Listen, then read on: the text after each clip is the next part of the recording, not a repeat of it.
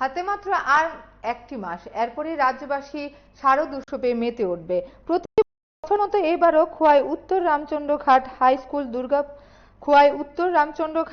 School Durga Puja committee শারদ উৎসবের আয়োজন করেছে। বুধবার বেশ জাঁকজমকভাবে তাদের খুঁটি পূজা সম্পূর্ণ হয়। এই বছর তাদের বাজেট 10 লক্ষাধিক টাকা।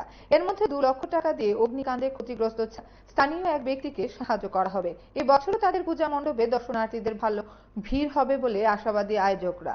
সংবাদ মাধ্যমে সরাসরি হয়ে আয়োজকরা গোটা পূজা পরিকল্পনা নিয়ে আরো কি বলেছেন শুনুন। উত্তর রামচন্দ্রঘাট দুর্গাপূজা কমিটির পক্ষ থেকে বিগত বছরে নিয়ে এবারও আমরা দুর্গাপূজা সুন্দরভাবে করার পরিকল্পনা নিয়েছি।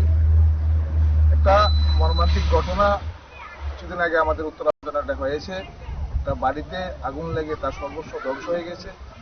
তার জন্য আমাদের প্রথম পরিকল্পনা ছিল আমরা প্রায় 10 লক্ষ টাকা ব্যয় করে এই দুর্গাপূজা আমরা সম্পন্ন করব।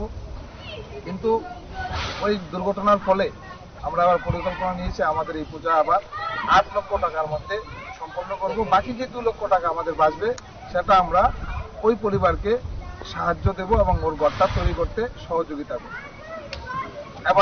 এবারের দুর্গাপূজা একটা আমাদের কাল্পনিক একটা প্যান্ডেল হবে।